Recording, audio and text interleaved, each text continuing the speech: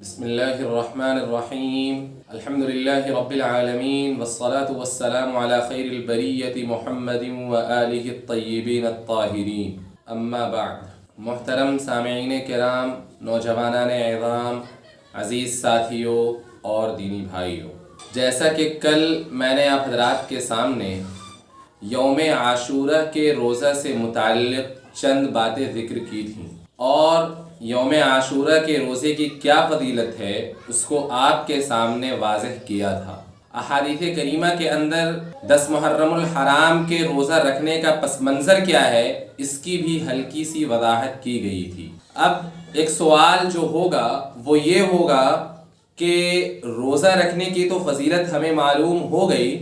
لیکن روزہ کا حقیقی معنی اور مفہوم کیا ہے؟ روزہ کہتے کسے ہیں؟ جب آپ اس کی تفصیل کے لیے کتب فقہ کا مطالعہ کریں گے تو میرے بھائی آپ اس نتیجے پر پہنچیں گے کہ روزہ کے لیے جو عربی میں لفظ آتا ہے وہ ہے صوم، جس کے معنی ہے رکنے کے، یعنی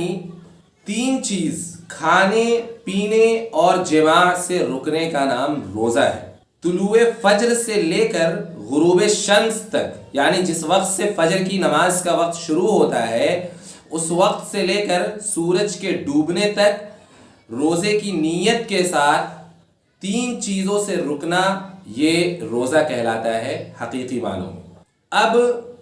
کیا صرف ان 3 چیزوں سے کوئی رکتا ہے تو اس کا روزہ ہو جائے گا؟ جی ہاں، روزہ تو اس کا ہو جائے گا کوئی اگر ان صرف 3 چیزوں سے رک جاتا ہے، لیکن اس روزہ کو کامل بنانے کے لیے، اس روزہ کو مکمل کرنے کے لیے، اعلیٰ اور افضل روزہ بنانے کے لیے جناب نبی کریم صلی اللہ علیہ وسلم نے فرمایا کہ تمام حرام امور سے بچے۔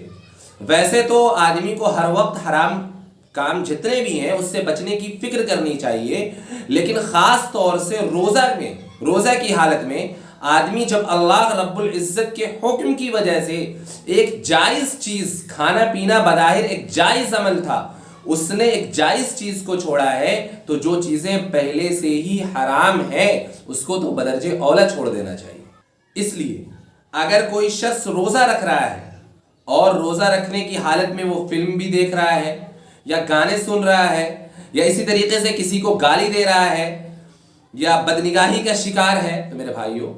اگر وہ 3 چیز یعنی کھانے پینے اور بیوی کے ساتھ ملاقات سے رکا ہوا ہے تو اس کا روزہ تو ہو جائے گا، لیکن اگر وہ یہ سارے کام کر رہا ہے تو اس کا روزہ کامل نہیں۔ ایسا روزہ اللہ رب العزت کی بارگاہ میں قبول ہو یا نہ ہو، اس لیے میرے بھائیوں میرے بزرگوں جب آپ روزہ رکھ رہے ہیں تو آپ کو یہ خیال رکھنا ہے کہ روزہ کی حالت میں ہمارے منہ سے کہیں گالی تو نہیں نکل رہی ہے،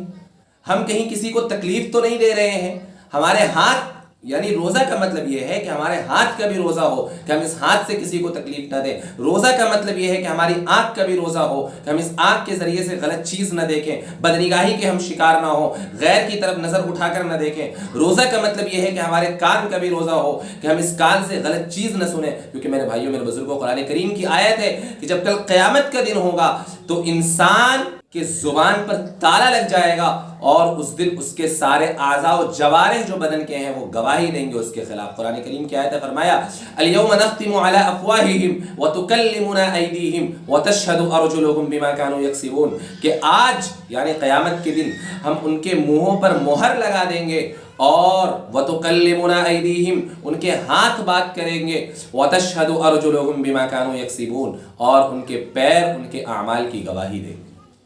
میرے بھائیوں میرے بزرگوں اس لیے ہمیں یہ سوچنا ہوگا کہ کل قیامت کے دن ہم اللہ رب العزت کی بارگاہ میں جب حاضر ہوں تو ہم مکمل بشاشت کے ساتھ حاضر ہوں، اور ایسا نہ ہو کہ ہماری جو اصل زندگی ہے قیامت جنت کی، موت کے بعد کی، اس زندگی میں ہم ناکام ثابت ہو جائے۔ اس لیے جب ہم روزہ رکھ رہے ہیں تو ہمیں مکمل چیزوں کا روزہ رکھنا ہے۔ اس لیے میرے بھائیوں میرے بزرگوں آج عہد کیجئے کہ ہم روزہ رکھیں گے انشاءاللہ اللہ رب العزت کے حکم کی وجہ سے، تو ہم تمام کے تمام غلط کام سے، حرام کام سے بھی بچنے کی فکر کریں گے۔ اللہ تبارک و تعالیٰ سے دعا ہے کہ اللہ رب العزت ہمیں حرام کاموں سے بچائے، امت مسلمہ کی صحیح رہنمائی فرمائے، نیک کام کرنے کی توفیق عطا فرمائے، ہمارے روزوں کو قبول فرمائے، آمین یا رب العالمین۔ وآخر دعوانا الحمد للہ رب العالمین۔